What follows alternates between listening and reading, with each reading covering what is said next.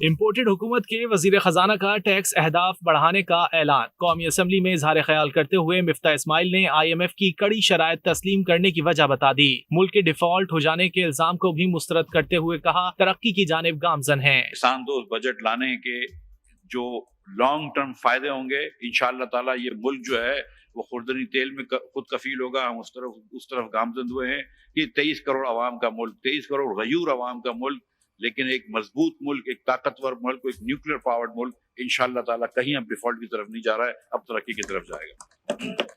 نون لیگی وزیر گزشتہ حکومت پر تنقید کرنا بھی نہ بھولے۔ کہا جب حکومت سنبھالی تو پتہ چلا سابق وزیر اعظم 120 ارب روپے کی سبسڈی دے رہے تھے۔ ہم نے مشکل فیصلے کر کے ملک کی مفاد کو ترجیح دی۔ ہم آئے تھے تو ایک پیٹرول اور ڈیزل کے اوپر سبسڈی تھی۔ اس وقت حکومت اس قسم کا خرچہ برداشت نہیں کر سکتی۔ جب آئے تھے تو 9 مہینے میں 14 ارب ڈالر کا ہو گیا تھا، اور میرے خیال سے 17.5 ارب ڈالر کا ہوگا۔ ہم کو 10.5 بلین کے ملے تھے، 10.3 بلین ڈالرز کے۔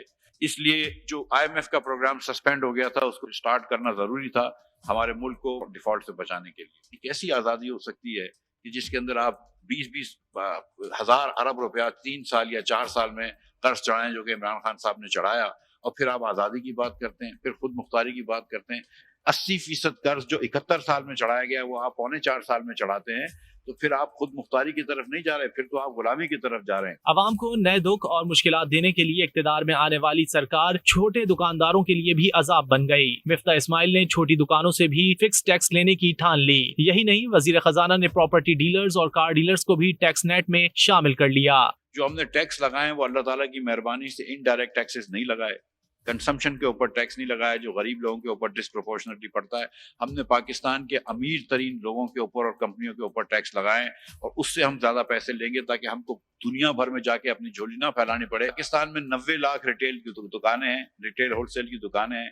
ہم سوچتے ہیں کہ اس میں سے 30-35 لاکھ دکانوں کو یا کم از کم 25 لاکھ دکانوں کو ہم نیٹ میں لے کر آئیں گے۔ ہم نئی اسکیم کہی ہے جس کے تحت ان کا انکم ٹیکس اور سیل ٹیکس دونوں کو فکس کر دیا ہے ان کے بجلی کے بل سے۔ 3,000 سے لے کر چھوٹی دکان اور 10,000 سے بڑی دکان مانا ہم ان سے فکس ٹیکس لیں گے۔ وزیر خزانہ اپنے خطاب میں ایک اور دعویٰ بھی کر گئے۔ کہا نئے ٹیکسز سے مہنگائی نہیں بڑھے گی بلکہ پاکستان کا ریونیو مزید بڑھے